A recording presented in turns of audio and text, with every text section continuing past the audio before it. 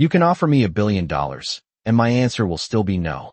The words came out calm, steady, like he had said them 1,000 times before, but the silence that followed was anything but calm.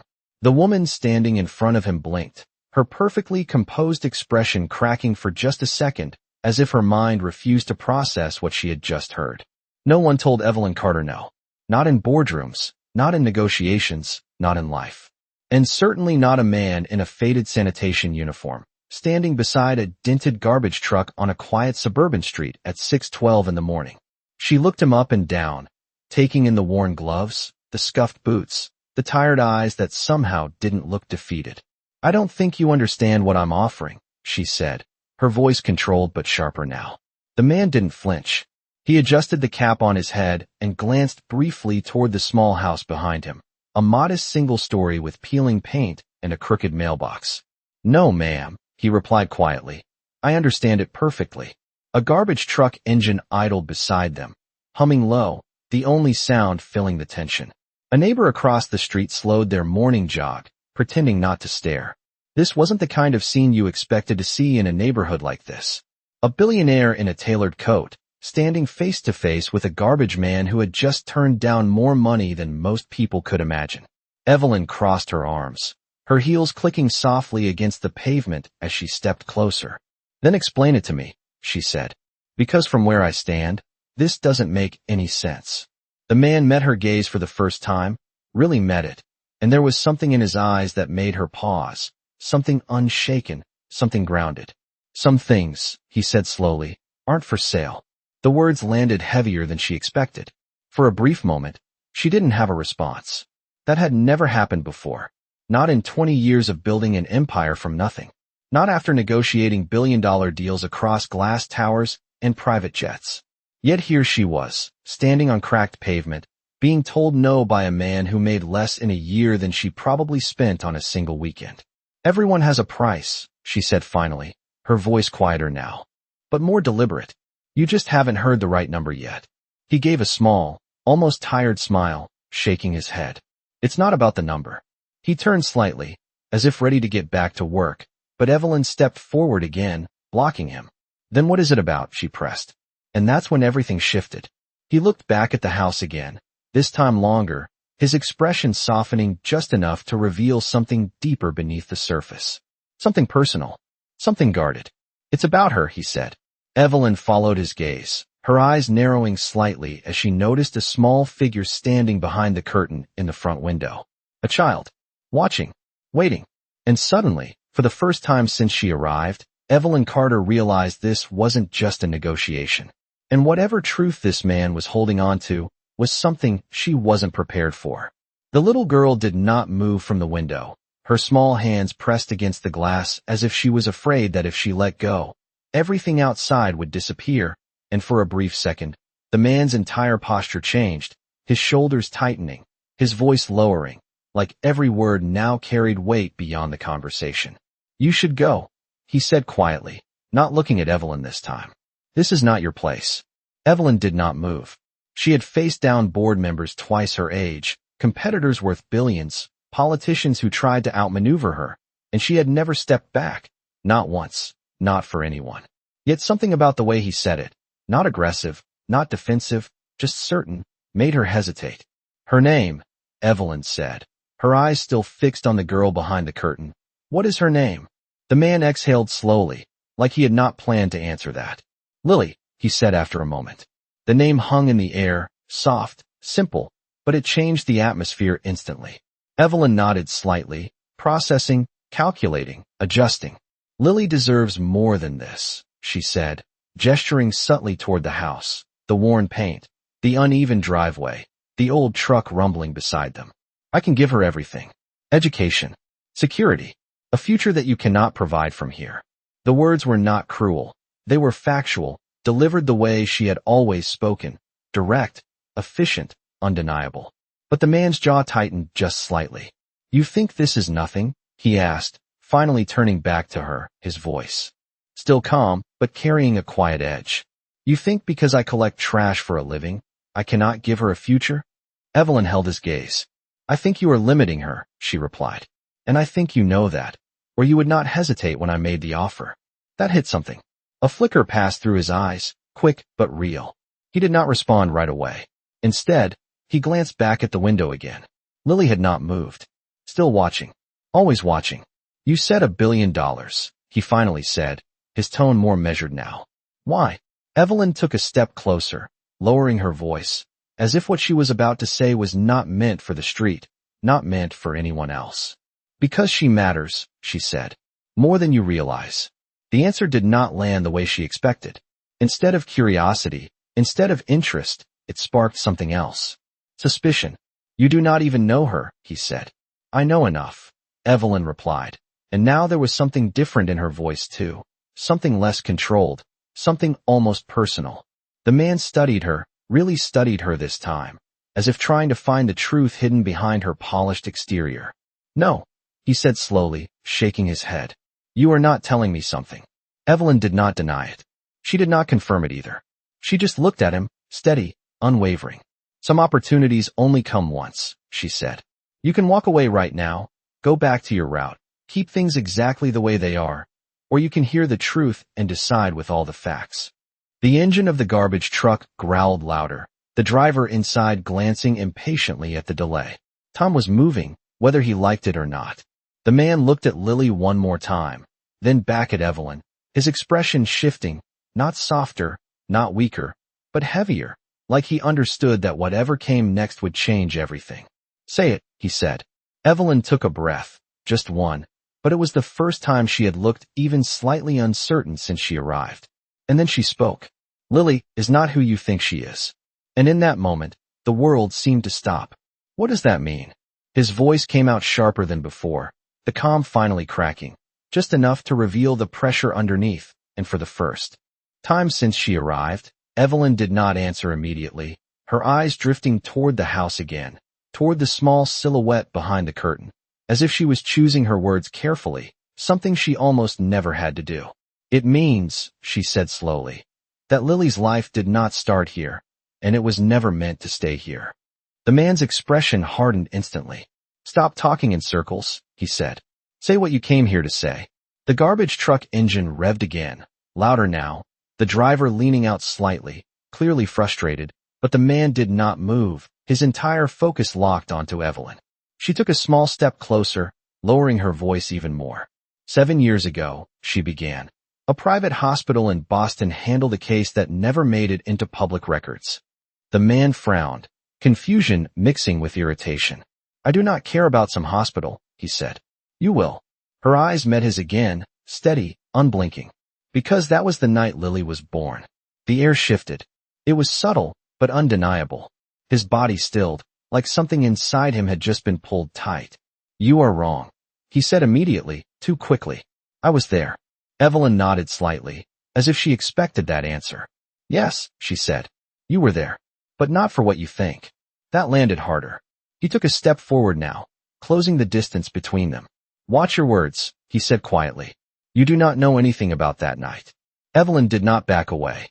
I know more than you were ever told, she replied. Silence. Thick. Heavy. Even the truck engine seemed distant now. The woman who gave birth that night, Evelyn continued, was under a private identity. No records, no public file, no name attached. The man's breathing slowed, controlled, but his eyes had changed. You are lying, he said, but there was hesitation now, a crack forming.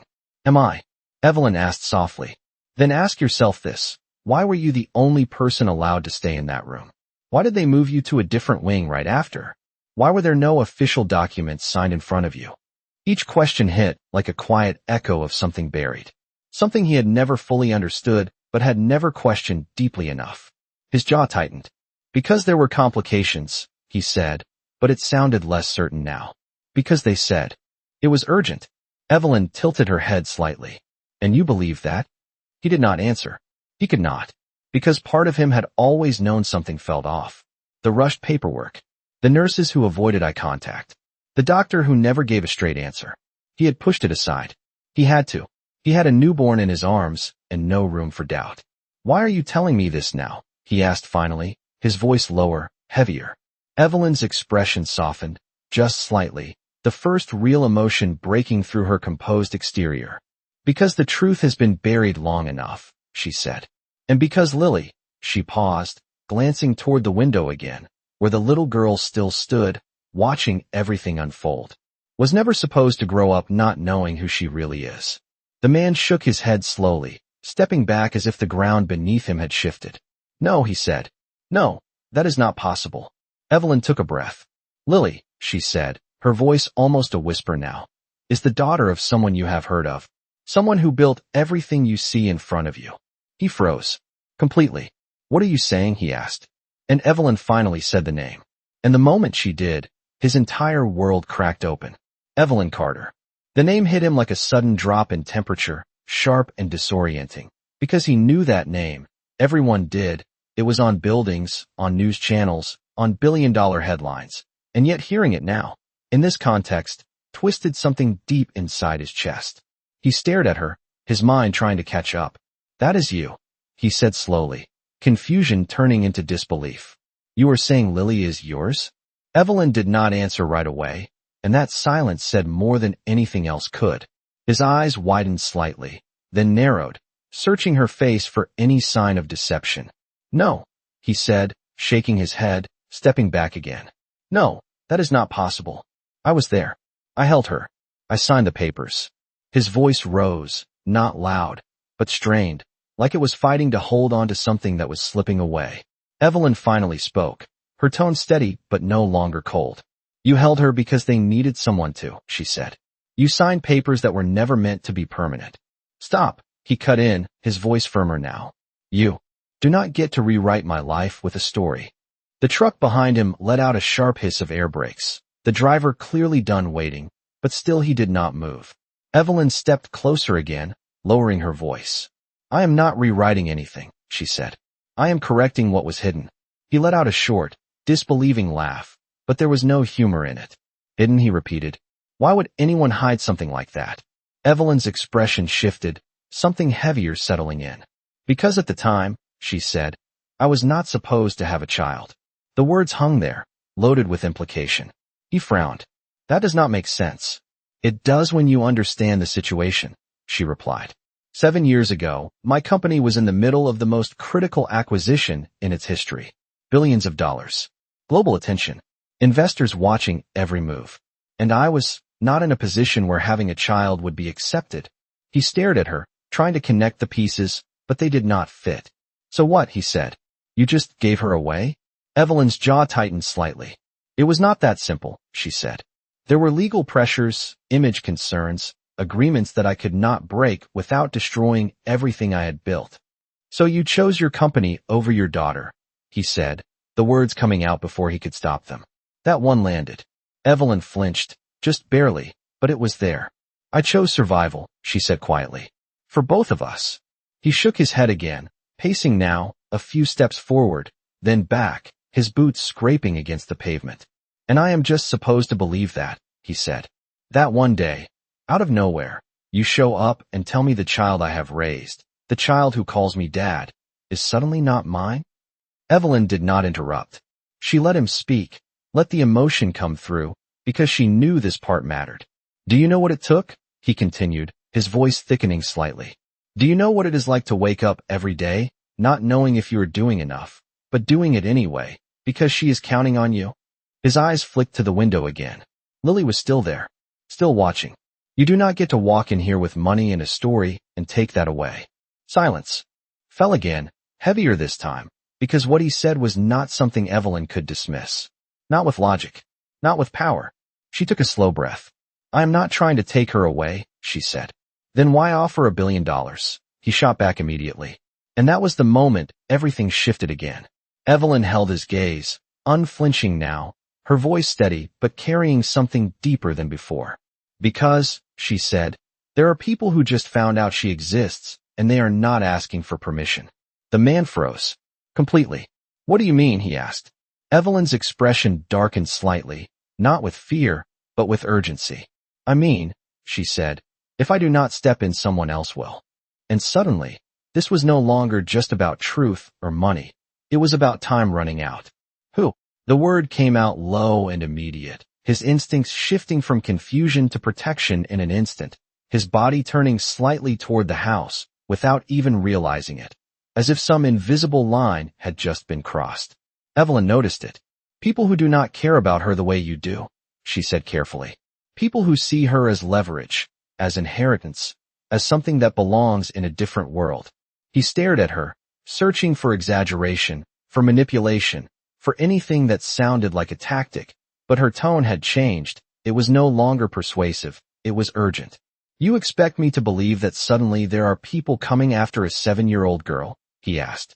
Not suddenly, Evelyn replied. Quietly, strategically, the kind of people who do not make noise until everything is already decided. His jaw tightened again. Then why now, he pressed. Why show up today? Evelyn glanced briefly down the street, then back at him. Because yesterday, she said, a legal inquiry was filed. That got his attention. About what? He asked. About an undisclosed heir tied to my estate, she answered. A claim that should not even exist unless someone has access to records that were sealed. He blinked, trying to process. And you think that is her? Evelyn did not hesitate. I know it is. The garbage truck driver honked once, sharp and impatient, breaking the moment, but neither of them moved. The man ran a hand through his hair, pacing again, faster now. So what? They just show up and take her. He said, the words coming quicker. That is not how this works. It is when there are contracts, influence, and enough money involved. Evelyn replied. They will not knock on your door and ask politely. They will go through courts, through systems you cannot outfight alone. He stopped pacing. I am not alone, he said, but it sounded less certain now. Evelyn stepped closer again, her voice soft but firm. Right now you are, she said. And that is exactly why I am here. He looked at her, really looked this time, not as a stranger, not as a billionaire, but as someone who might be telling the truth he did not want to hear. And your solution, he said slowly, is to buy us out of it? No, she said immediately. My solution is to protect her before they act. By taking her away from me, he replied. By bringing her into a system where I can shield her, Evelyn corrected. Where I have the power to stop what is coming. He shook his head again, stepping back, putting space between them. You keep saying protect, he said, but everything you are describing sounds like losing her. That landed harder than anything else.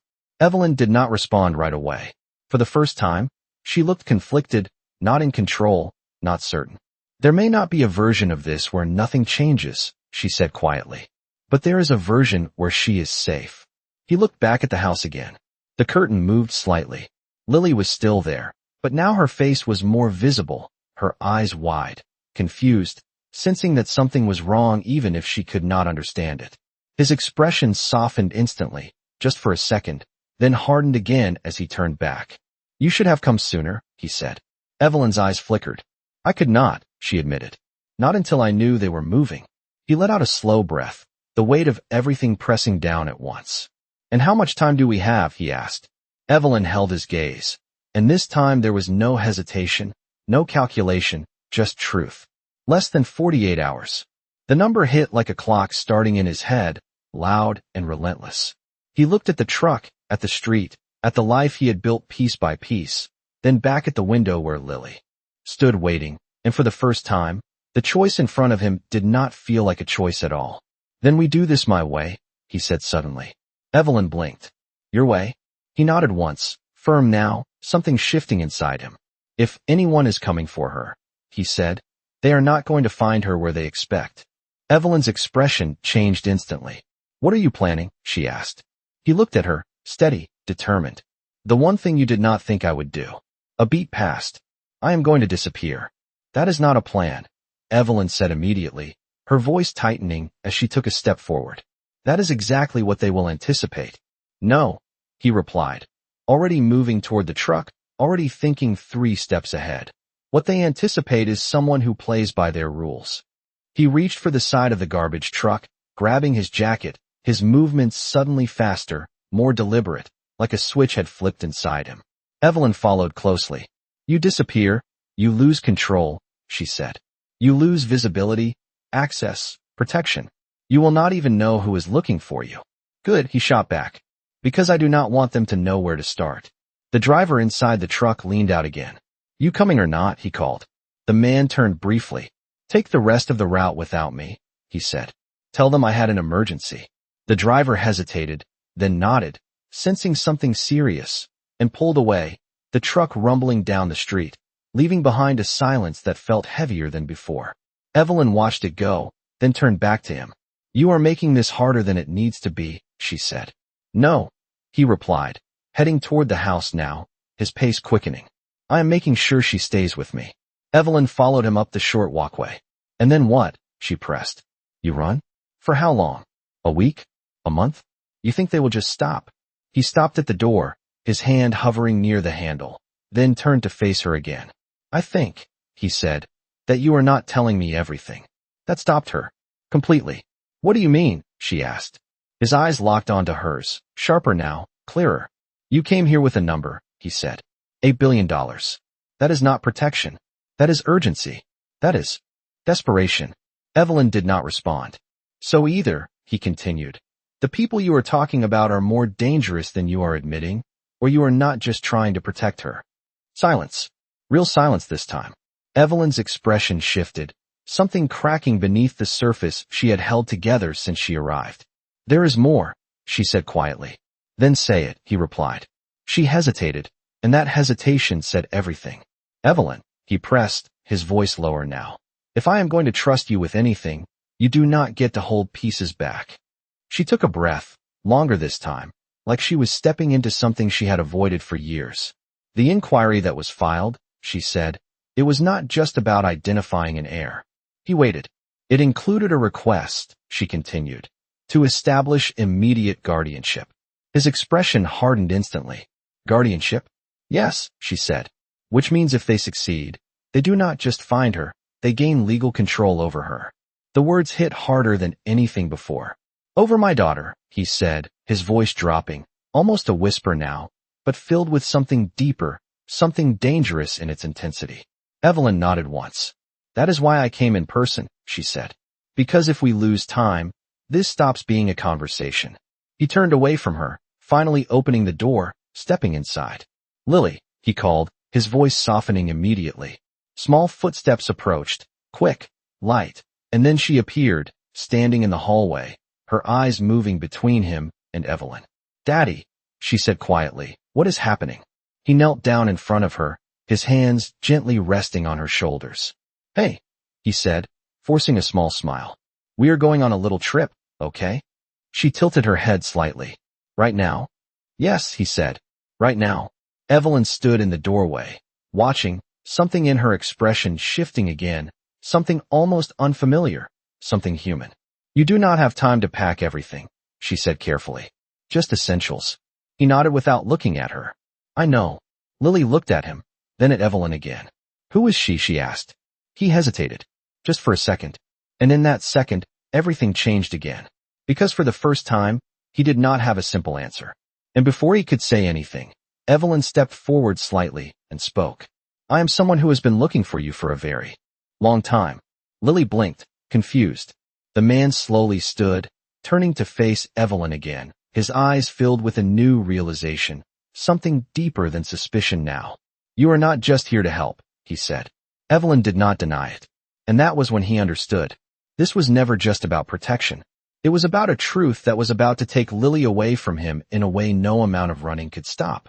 The room felt smaller the moment the truth settled in, like the walls themselves were closing in on a reality none of them could avoid, and the man stood there, between Evelyn and Lily, caught in a space where every choice led to loss.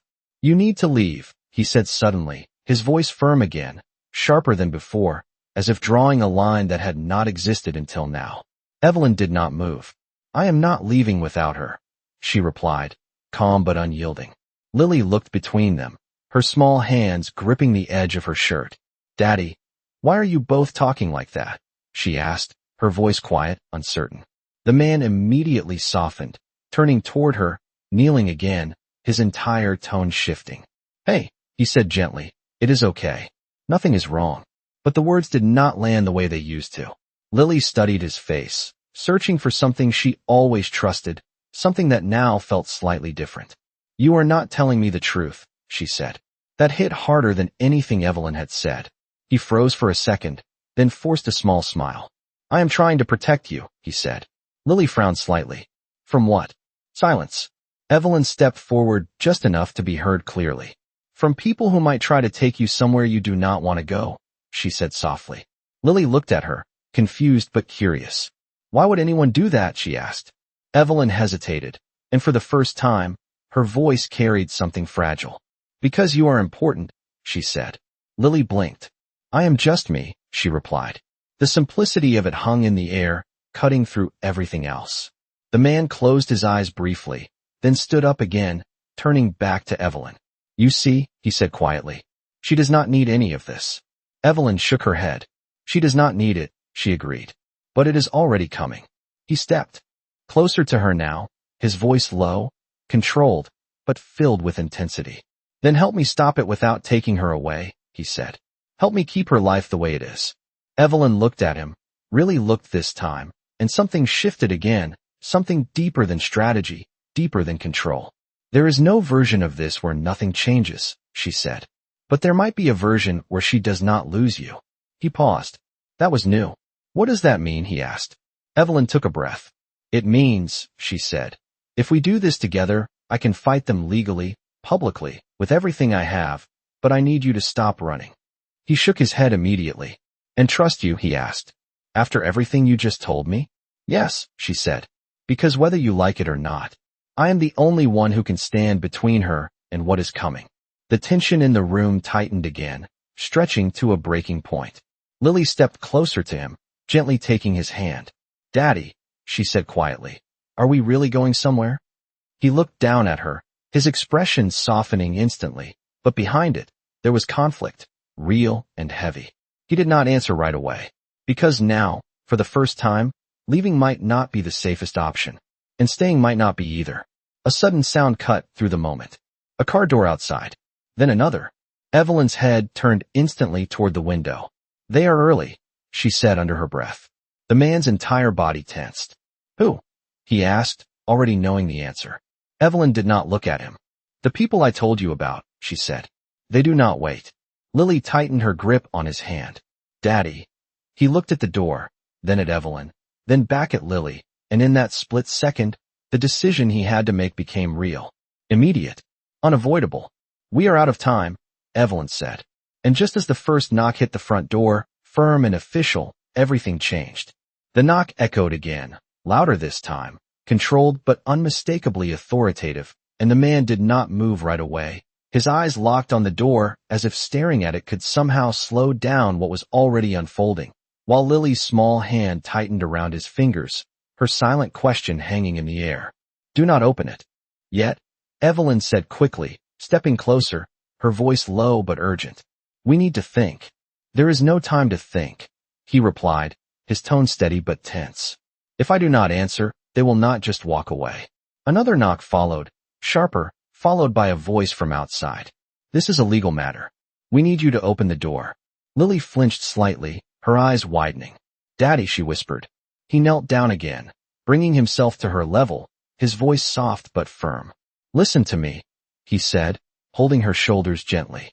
No matter what happens, you stay right behind me, okay? She nodded slowly, her trust still there, even as confusion filled her face. He stood up, turning back toward Evelyn. You said you can fight this, he said. Then start now. Evelyn nodded once, already pulling out her phone, her entire demeanor shifting into something precise, focused. I will stall them, she said. But you have to let me speak. He hesitated, then gave a small nod. The knock came again. Evelyn stepped forward, positioning herself between him and the door, then opened it just enough to face whoever stood outside. Two individuals in formal attire stood on the porch, composed, professional, holding documents. Miss Carter, one of them said, clearly recognizing her. We did not expect to see you here. Clearly, Evelyn replied, her voice calm, controlled, every inch of her authority returning. And yet here I am. The second person stepped forward slightly. We are here regarding a court-issued request for immediate guardianship review concerning the minor residing at this address. Evelyn did not move. You are early, she said. We are on schedule, the first replied.